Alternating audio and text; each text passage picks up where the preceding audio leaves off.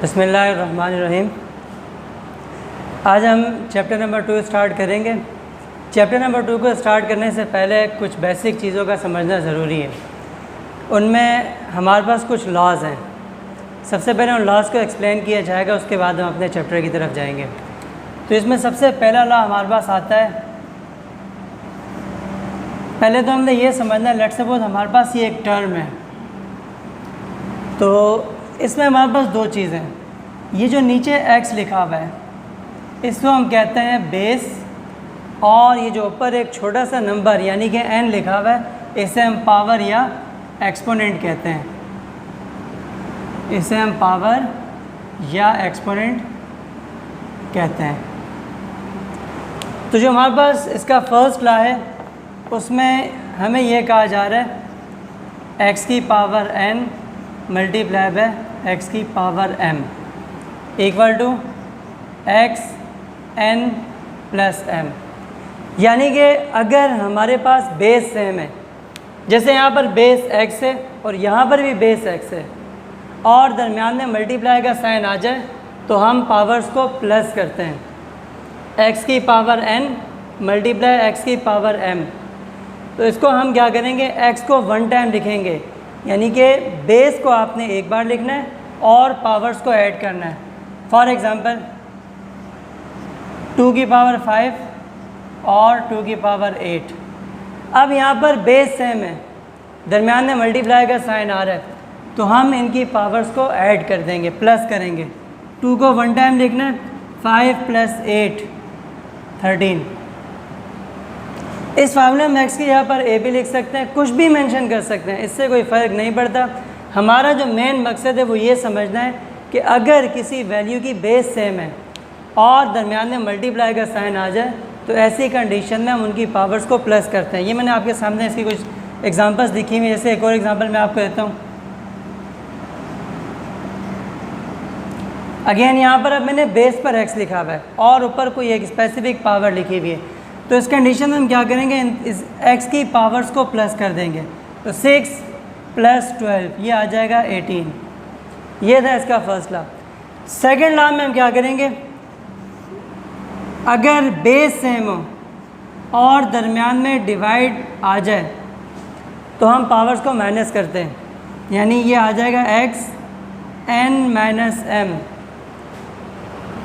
अब यहाँ पर इसकी बेस x है, दूसरी टर्म की बेस भी x है, पावर्स कुछ भी हो, दरमियान में डिवाइड का साइन आ रहा है, इट मीन्स कि हमें इनकी पावर्स को सब्ट्रैक्ट करना है। फॉर एग्ज़ाम्पल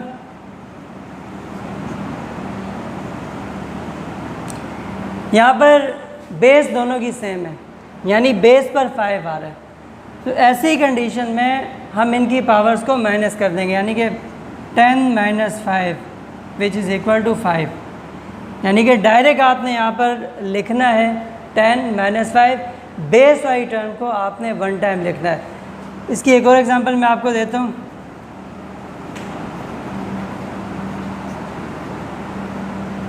अब यहाँ पर मैंने a लिखा है, बेस में हमारे पास आ रहा है a, पावर्स कुछ भी हो, डिवाइड हो रहा है, तो इट मीन्स कि हमें इनकी पावर्स को माइनस करना है। 10 माइनस 5 जो कि होगा a की पावर 5। अब हम इसके मज़ीद लॉस की तरफ चलते हैं। जैसे यहाँ पर हमारे पास एक और लॉ इसका आ रहा है,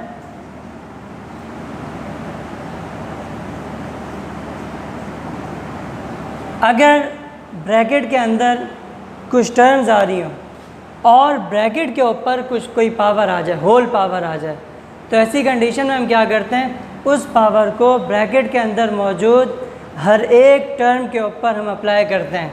यानी ये बन जाएगा हमारे पास x की पावर n y की पावर n। अगेन समझा रहा हूँ कि अगर आपके पास ब्रैकेट के अंदर जितनी भी टर्म्स हो, 1 2 3 4 5 जितनी भी हैं, और ब्रैकेट के ऊपर कोई स्पेसिफिक पावर आ जाए, वो पावर कुछ भी हो, चाहे वो कोई वेरिएबल हो या कोई नंबर हो, तो हम क्या करते हैं, ब्रैकेट को ओपन करने के बाद उस पावर को हर टर्म के ऊपर अप्लाई करते हैं। अब यहाँ पर पावर n है, तो हमारे पास इसका फार्मूला क्या बना, x की पावर n और y की पावर n। इसकी बहुत सारे एग्जांपल्स हम ले सकते हैं। लेट्स सपोज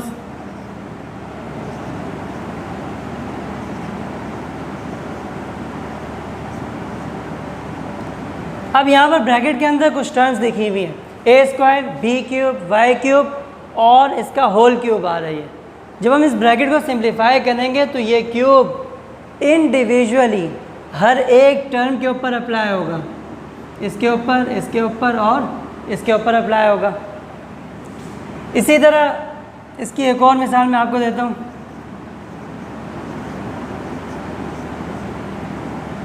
तो ये क्या बनेगा हमारे पास, X cube, Y cube, Z cube. Law number 4 है इसका कि अगर हमारे पास कोई टर्म दी हुई है, यानी कि एक पावर है और उस पावर के ऊपर एक और पावर आ गई, डबल पावर है, तो ऐसी कंडीशन में हम क्या करते हैं कि पावर को पावर से मल्टीप्लाई कर देते हैं। अगर बेस के ऊपर डबल पावर यानी एक पावर और उसके ऊपर एक और पावर आ रही, जैसे कि यहाँ पर है, तो ऐसी कंडीशन में हम क्या करते हैं यानी कि n मल्टीप्लाई बाय m। अगर यहाँ पर थर्ड पावर होती तो हम उसको भी इसी तरह मल्टीप्लाई करते हैं। यानी यहाँ पर अब मैं इस बार एग्जाम्पल की तरफ जाता हूँ, पावर के ऊपर पावर आ रही है। अब यहाँ पर दोनों लॉज लगेंगे, एक तो ये कि ब्रैकेट के ऊपर एक पावर आ रही है और ब्रैकेट के अंदर मौजूद हर टर्म के ऊपर अप्लाई होगी, और दूसरी बात ये आएगी कि पावर के ऊपर पावर को मल्टीप्लाई कर दिया जाएगा। यानी कि ये क्या आ गया, 2 3 एक ही पावर, ये 2 और ऊपर होल क्यूब आ रहा है इसका, तो 2 3 6। इसी तरह दूसरा क्या है, b की पावर 3 और ब्रैकेट के ऊपर एक पावर आ रही है वो है 3, तो ये 3 3 9 हो जाएगा, b की पावर 9 और y के ऊपर 3 आ रहा है और एक होल क्यूब भी आ रहा है, तो पावर के ऊपर पावर को मल्टीप्लाई करते हैं, 3 3 9 आ जाएगा।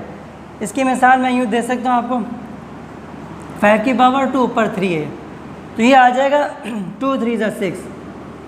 यानी बेस पर कोई फ़र्क नहीं पड़ेगा, पावर को हमने मल्टीप्लाई करना है, 2 3 6।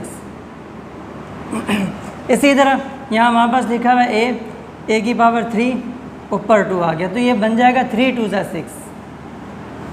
तो अगर यहाँ पर कोई स्पेसिफिक नंबर लिखा हुआ आ जाए तो उसमें भी हमने कंफ्यूज नहीं होना है।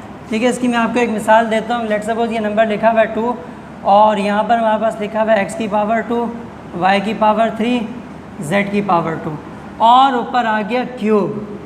अब इस कंडीशन में हमने क्या करना है, इस क्यूब को इंडिविजुअली हर नंबर के ऊपर अप्लाई करना है।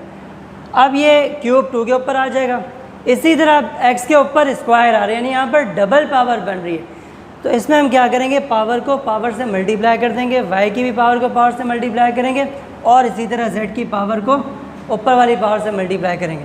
तो सबसे पहले 2 का क्यूब है 8। अब ये x के स्क्वायर का क्यूब आ रहा है, तो इट मीन्स कि हमें इस 2 को 3 से मल्टीप्लाई करना है, 2 3 6, x की पावर 6। इसी तरह y के ऊपर क्यूब है, ऊपर भी क्यूब आ रहा है, तो 3 3 9 और z के ऊपर स्क्वायर है, ऊपर क्यूब आ रहा है, 2 3 6।